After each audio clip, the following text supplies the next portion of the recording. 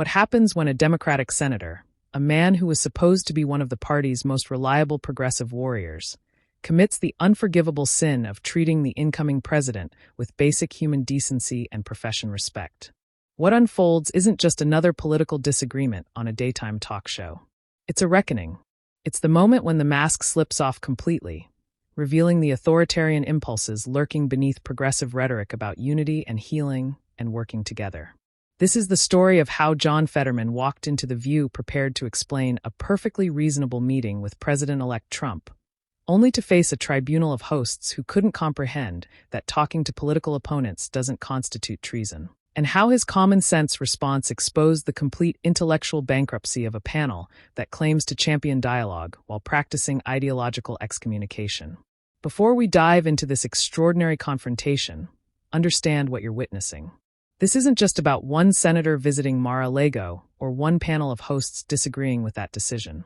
This is about the fundamental sickness infecting American political discourse, the transformation of political opponents into existential enemies, the treatment of basic professional courtesy as moral betrayal, and the shocking reality that suggesting cooperation with a democratically elected president now qualifies as controversial in certain circles.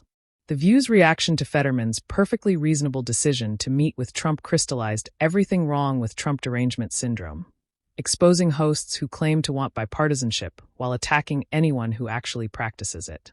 What you're about to read is the anatomy of ideological capture, so complete that common sense becomes revolutionary, and how one senator's refusal to play tribal games made him a hero to millions who are exhausted by the endless partisan warfare. The setup for this confrontation began not on the View set, but at Joint Base Andrews, where John Fetterman, the hoodie-wearing, straight-talking Democratic senator from Pennsylvania, stood before reporters and committed an act that would send shock waves through the progressive establishment. He announced without apology or equivocation that he was heading down to Mar-a-Lago to meet with President-elect Donald Trump. The reaction from the assembled press was immediate and predictable. Cameras clicked frantically. Reporters shouted questions over each other, their voices carrying a mixture of disbelief and barely concealed outrage. A Democratic senator, not just any Democrat, but John Fetterman, who'd been celebrated as a progressive champion when he defeated Dr. Oz in a brutal Pennsylvania race, was voluntarily meeting with Trump. The man progressives had spent 8 years calling a fascist, a dictator, an existential threat to democracy itself. "What do you plan on talking about with the president?" one reporter demanded. The question loaded with accusation disguised as curiosity. Fetterman's response was vintage. Fetterman blunt, humorous, completely unfiltered. "I'm asking to be named the Pope of Greenland." He deadpanned, his Pennsylvania accent making the absurdist humor even more effective. The reporters didn't laugh. They wanted a real answer. Wanted him to acknowledge the gravity of his transgression against progressive orthodoxy. Another reporter pressed, "Do you have a specific agenda?" And here, Fetterman delivered the statement that would define this entire controversy. The words that would become a rallying cry for Americans exhausted by tribal politics and desperate for elected officials who remember they work for all their constituents, not just the ones who voted for them. "I'm just having a conversation," Fetterman began, his tone matter-of-fact, as if explaining something so obvious it shouldn't require explanation. "This is going to be the president, and I am not just the senator for Democrats in Pennsylvania. I'm the senator for everyone in Pennsylvania, and my state picked Donald Trump as president." He paused, letting that fundamental fact sink in. Pennsylvania, the state that sent him to Washington, had also chosen Trump. This wasn't some red state where Democratic senators had to occasionally make nice with Republican voters for electoral survival. This was Fetterman's own constituents making a clear choice. "And if I have the opportunity to have that conversation," Fetterman continued, his voice carrying the conviction of someone who'd thought deeply about this decision and reached a conclusion he was prepared to defend, "I bet we're going to find things to work together on for a better Pennsylvania and a better nation. And that's why I'm engaging in this." It was a statement of such basic common sense, such elementary understanding of how a representative democracy is supposed to function that it should have been unremarkable. A senator representing constituents who chosen a president deciding to talk with that president about issues affecting those constituents. This was Civics 101, the most fundamental obligation of elected office. But in the ideologically captured landscape of modern progressive politics, Common sense had become revolutionary. And John Fetterman was about to discover just how revolutionary his perfectly normal decision would be treated by the gatekeepers of acceptable democratic behavior. The View studio buzzed with the particular energy that comes when hosts sense blood in the water. John Fetterman's announcement had given them a target, an opportunity to perform their ideological purity for an audience that expected nothing less than complete denunciation of anyone who dared treat as a legitimate political figure rather than a cartoon villain. The panel assembled that morning represented the full spectrum of the View's approach to politics, from Whoopi Goldberg's theatrical outrage to Joy Behar's sneering dismissiveness to Sanity host's prosecutorial aggression. And they were ready to deliver judgment on John Fetterman's heresy. Whoopi opened the segment with practiced concern, her tone suggesting she was about to discuss something deeply troubling. John Fetterman is taking a lot of heat apparently for taking this trip, she said, framing Fetterman's decision as inherently controversial, as something requiring defense rather than simple acknowledgement. But do you think his reasons are sound? It was a set-up question, an invitation for the panel to tear into Fetterman's justification and expose it as the shameful political calculation they clearly believed it was. What none of them anticipated was that one of their own would break ranks and commit an even greater heresy, defending Fetterman's decision with actual reasoning. Safara Griffin, the token conservative voice on the panel who'd built her reputation on being the acceptable Republican, someone who criticized Trump reliably enough to maintain her liberal media credentials, surprised everyone by responding with genuine respect for Fetterman's position. "It's the most common-sense answer I've ever heard," Alyssa began, her voice carrying none of the expected condemnation, like he's a senator to an entire state, and his state happened to turn for Donald Trump. So more than half of that state voted for the person that's becoming president. She was laying out basic democratic principles, that elected officials represent all their constituents, that respecting electoral outcomes is fundamental to democratic governance, that talking to the winning presidential candidate from your state is not just acceptable but expected. You're a senator heading into 13 hearings of confirmation. Alyssa continued, building her case with the patience of someone who understood she was about to face serious pushback. Your job on paper is to advise and consent. That's all we ask, and that's what he's doing. It was a devastating defense because it was so obviously correct. Fetterman wasn't abandoning his principles or betraying his voters or selling out his party. He was doing exactly what senators are supposed to do. Engage with the executive branch on behalf of their constituents, find areas of potential cooperation, fulfill the constitutional role of advice and consent. But Sanity host couldn't let that stand unchallenged. The suggestion that meeting with Trump could be justified threatened the entire framework of resistance politics that had defined progressive identity for 8 years.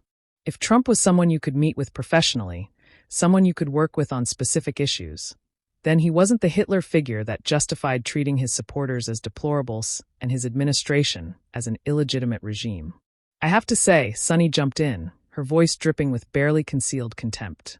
I don't like the optics of him going down to Mar-a-Lago because I think that's become kind of like, Donald Trump's little palace, and it's like going down to Mecca to see the prophet. The metaphor was telling. Sunny was positioning Mar-a-Lago not as a presidential transition headquarters, but as a religious shrine. Trump not as an elected official, but as a cult leader. And Fetterman's visit not as professional courtesy, but as ideological apostasy. A pilgrimage to pay homage to a false god. So I don't like that. Sunny continued, her face twisted with distaste as if describing something morally repugnant. And it feels like he's yucking it up. Yucking it up. The phrase revealed everything about Sunny's mindset. The idea that Fetterman might have a pleasant professional conversation with Trump was itself offensive. Politics in Sunny's worldview should be warfare, constant, bitter, unrelenting. Any gesture toward civility, any moment of treating the opposition as fellow humans rather than existential enemies constituted collaboration with evil. But then Sunny did something fascinating. She accidentally revealed that she knew her position was hypocritical and historically illiterate. This used to be normal, she admitted, her voice carrying reluctance, as if acknowledging an inconvenient truth she wished she could ignore. Presidents having relationships with people from the other party to get things done used to be normal. She provided examples, historical precedents that undermined her entire argument. Ronald Reagan famously had a very good relationship with Tip O'Neill, who was the Speaker of the House, a Democrat, when he was president. We saw Joe Biden work very closely with Mitt Romney, with Rob Portman, with many Republicans to get bipartisan legislation passed. Every example she cited proved Fetterman's point. That working across party lines, maintaining professional relationships with political opponents, finding areas of agreement despite broader disagreements. This was how American government was supposed to function. This was the normal practice of democracy. But then came the pivot. The moment when Sunny revealed that all her appeals to historical precedent and democratic norms were actually irrelevant. Because while those things used to matter, while bipartisan cooperation used to be celebrated, none of that applied anymore. And why not? The problem is Donald Trump is not normal. There it was. The Trump card, pun intended, that justified abandoning every principle, every precedent, every standard of democratic governance. Trump is different. Trump is special. Trump is so uniquely dangerous that all the rules change. All the norms get suspended. All the traditional expectations of how elected officials should behave no longer apply. And so, what used to be normal becomes something that we talk about, Sunny continued. Her logic completing its circular journey back to condemning the very bipartisan cooperation she just celebrated in other contexts. Then came the conditional approval that revealed the authoritarian impulse beneath progressive rhetoric. I think John Fetterman frankly is right, but I hope that does not mean that he won't call out the abuses of power, that he won't criticize him when there is legitimate. The sentence trailed off unfinished, but the message was clear. Fetterman could meet with Trump, but only if he maintained the proper posture of resistance. Only if he made clear he was engaging under protest. Only if he continued treating Trump as fundamentally illegitimate, even while working with him. Professional cooperation was acceptable only if accompanied by constant condemnation. It was a position so incoherent, so obviously contradictory that it demanded pushback. And the pushback, when it came, would expose just how far the view had drifted from anything resembling reasoned political analysis. The breakdown of the view's position reached its crescendo when the panel attempted to articulate what specific abuses of power Trump had committed that justified their extraordinary hostility and came up completely empty. Alyssa, perhaps sensing the weakness in Sunny's argument, pressed the question that millions of viewers were thinking. What exactly did Donald Trump do that was so wrong in this scenario right here? He invited John Fetterman to have a conversation with him at Mar-a-Lago. Why is that such a bad idea? Why is that such a bad thing for the future president to have a conversation with a senator? It was a perfectly reasonable question demanding a specific answer. What abuse of power was Trump committing by inviting a senator to discuss issues? What authoritarian behavior was he demonstrating by engaging in normal transition activities? The panel had no answer. Sunny sputtered about optics and the ring kissing, but couldn't articulate any actual wrongdoing because there was none. Trump was doing exactly what every president-elect does. Meeting with senators, discussing legislative priorities, building relationships across party lines to facilitate governance. But acknowledging that would require admitting that perhaps the 8-year narrative of Trump as uniquely dangerous, as categorically different from all previous presidents, as someone who justifies abandoning all normal political practices. Perhaps that narrative was always more about partisan warfare than genuine principle. The cognitive dissonance reached almost comical levels.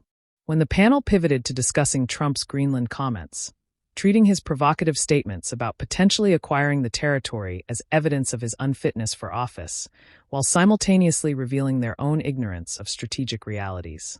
I want him to stop talking about Greenland, Sunny declared with exasperation. Greenland is not for sale. Why is Donald Trump talking about Greenland? Anna Navarro jumped in with her theory. You know why he's talking about Greenland? Because it has oil and natural resources. That's what he wants. He wants money. It was pure projection, attributing the most cynical possible motives to Trump while ignoring the actual strategic importance of Greenland in an era of increasing Arctic competition with Russia and China. The idea that a president might consider American interests in the Arctic, might think about critical mineral resources and military positioning, never seemed to cross the panel's minds. He's talking about Greenland, so we don't talk about how bad some of his appointments are, Anna continued, revealing the real issue. Everything Trump did was interpreted as distraction, as manipulation, as evidence of nefarious intent. The possibility that he might actually mean what he said, might actually be thinking strategically about American interests, couldn't be entertained. I think he cares about being distractor chief, Anna concluded, accidentally revealing that the View panel's obsession with Trump's every statement was the actual distraction keeping them from substantive policy discussion. Alyssa attempted to inject some geopolitical reality into the conversation. We also have U.S. troops in Greenland, though there's some national security reasons that we care about the Arctic and having. But Anna wasn't interested in nuance or strategic thinking. He doesn't care about that. She interrupted. That is not the reason he's given. I don't think he cares about that. The arrogance was breathtaking. Anna Navarro, a political commentator with no background in military strategy or Arctic geopolitics, confidently declaring what the president-elect did or didn't care about, based purely on her personal interpretation of his motives. This was mind reading as political analysis, psychological projection, masquerading as insight. The panel's treatment of the Greenland issue perfectly encapsulated their broader approach to Trump. Dismiss any stated reason for his actions. Assume the worst possible motives. Interpret everything through the lens of personal corruption or distraction. And above all, never engage seriously with the actual strategic or policy considerations that might justify his positions. It was lazy analysis disguised as moral clarity. And it revealed hosts who'd spent so long treating Trump as a cartoon villain that they'd lost the ability to engage with him as a serious political figure whose actions might actually be motivated by genuine policy considerations rather than pure malevolence. But the most revealing moment of the entire segment came when Joy Behar accidentally articulated a principle that completely undermined the View's position while thinking she was making a clever point. Then he can talk all he wants, Joy declared, establishing her red line. As long as there are no troops heading to Panama, to Greenland, to Canada, to Mexico, all of these are sovereign nations. As long as they're just talking, let him talk. Let him talk as long as it stays that way. It was meant to be a warning, a statement of vigilance against Trump's supposedly expansionist ambition. But what Joy had actually done was perfectly articulate why Fetterman meeting with Trump was not just acceptable but necessary. Because talking is how you prevent conflicts, how you find diplomatic solutions, how you establish relationships that might constrain bad behavior or facilitate good governance. If Trump talking about Greenland was acceptable, as long as it remained talk rather than military action, then surely Fetterman talking with Trump about Pennsylvania issues was not just acceptable, but exactly what senators should do. The entire premise of the View's criticism, that meeting with Trump somehow legitimized or enabled dangerous behavior, collapsed under the weight of their own logic. But acknowledging this would require intellectual consistency, which had long ago been sacrificed on the altar of resistance politics. The segment concluded with the panel maintaining their posture of suspicious tolerance. Fetterman could meet with Trump, but they'd be watching, judging, ready to pounce the moment he failed to maintain proper oppositional hostility. It was conditional acceptance that revealed the authoritarian impulse at the heart of their politics. You're free to engage in bipartisan cooperation only if you do so while maintaining the correct ideological attitude. What the View panel failed to recognize in their rush to judgment was that they'd accidentally created a hero by attacking Fetterman for doing something obviously reasonable. By treating basic professional courtesy as requiring defense. By suggesting that talking to a democratically elected president was somehow controversial. They'd positioned him as the voice of sanity in an asylum of partisan madness. Social media exploded with reactions that universally sided with Fetterman against the View's attacks. Holy cow, I cannot believe it. Common sense was uttered on the View. One viral post exclaimed, "There are things that you can agree with Donald Trump on. Oh my gosh, this is so revolutionary. How did we not know this before?" The sarcasm was biting, but reflected genuine frustration with a political culture that had become so tribal that suggesting cooperation with the opposition now qualified as radical. Another comment captured this perfectly. "I don't care what political affiliation you are, Democrat, Republican, Libertarian, Independent. As long as you have the best interest of America, I'm going to agree with you." That's how it should be in Washington, D.C. It was a sentiment that transcended partisan affiliation. A recognition that the View's demand for perpetual warfare regardless of circumstance was exhausting and counterproductive. People wanted their elected officials to actually govern, to find areas of agreement, to solve problems rather than engage in endless performative resistance. John Fetterman, I have a lot of respect for this man. Another widely shared post read, I thought he was going to be the worst senator in America's history when he was debating Dr. Oz. He couldn't even read clearly. had trouble with his speech after his stroke, was supporting very radical policies.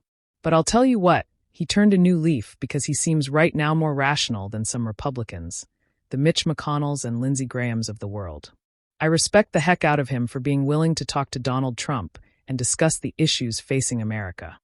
This sentiment was particularly powerful because it came from someone who'd been prepared to write Fetterman off based on his progressive credentials and his challenging debate performances following his stroke.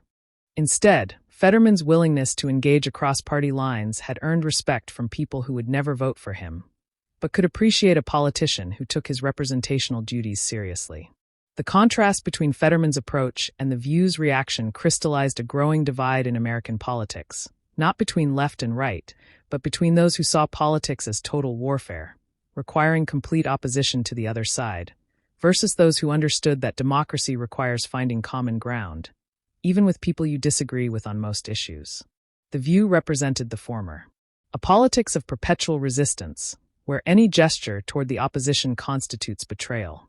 Fetterman represented the latter, a recognition that elected officials have obligations that transcend partisan loyalty, that constituents deserve representation regardless of how they voted, and that governance requires talking to people you might not like. What made Fetterman's position so threatening to the View's worldview was its undeniability. His argument was airtight. Pennsylvania voted for Trump. Fetterman represents Pennsylvania. Therefore, Fetterman should talk to Trump about Pennsylvania issues. It was syllogism so simple that attacking it required abandoning basic logic in favor of pure emotional appeals about Trump's unique danger. The host's inability to articulate specific harms from Fetterman meeting with Trump revealed the bankruptcy of their position. They could gesture vaguely at optics and ring kissing and worry about abuses of power. But when pressed for specifics, they had nothing because there was nothing. A senator meeting with a president-elect to discuss shared constituents' concerns was not just normal, it was obligatory. The Greenland discussion further exposed the View's intellectual poverty. Instead of engaging with the actual strategic considerations around Arctic competition, critical minerals, and military positioning, they defaulted to the laziest possible interpretation. Trump wants money. It was analysis unburdened by knowledge, certainty unencumbered by understanding, and it revealed hosts who'd become so committed to their narrative of Trump as uniquely venal that they couldn't engage seriously with policy considerations. The most damning aspect of the entire segment was how it exposed the View's hypocrisy. They celebrated bipartisan cooperation when it happened under Obama or Biden. They praised Democratic engagement with Republicans when it advanced progressive priorities. But when a Democrat dared to extend professional courtesy to Trump, suddenly all those principles evaporated, replaced by accusations of collaboration and demands for perpetual resistance. This was politics as team sport taken to its logical extreme, where winning matters more than governing, where opposing the other side takes precedence over representing constituents, where maintaining ideological purity trumps actually accomplishing anything useful. John Fetterman's simple act of meeting with Trump exposed all of this in a way that no amount of political analysis could. By doing something obviously reasonable and defending it with unassailable logic, he forced the View panel to reveal that their commitment to democratic norms, bipartisan cooperation, and representative government was purely conditional. Acceptable when advancing their side. Treasonous when extended to the opposition. What started as an attempt to shame Fetterman for meeting with Trump became an accidental exposure of the View's authoritarian impulses, their intellectual bankruptcy, and their fundamental unseriousness as political commentators. They thought they were holding a wayward Democrat accountable. Instead, they made him look like the only adult in a room full of partisan hacks who'd forgotten that elections have consequences and democracy requires talking to people you disagree with. Millions of Americans watching that segment came to a simple conclusion. If the View thinks meeting with the president-elect is controversial, then the View has lost the plot entirely. And if John Fetterman is willing to do the right thing despite their criticism, then maybe there's hope for American politics after all. Not because everyone will suddenly agree, but because at least some elected officials remember that their job is representing constituents, not performing ideological purity for partisan audiences. The View tried to prosecute John Fetterman for common sense. Instead, they accidentally crowned him as a champion of sanity in an increasingly insane political culture. And in doing so, they revealed that the real threat to democratic norms isn't politicians who talk to each other across party lines. It's commentators who've convinced themselves that such conversations constitute betrayal. John Fetterman walked into that discussion prepared to explain a perfectly reasonable meeting. He walked out vindicated, celebrated by millions who are desperate for politicians who govern rather than perform, who represent all their constituents rather than just the partisan faithful, and who understand that democracy dies not when people talk to their opponents, but when they refuse to.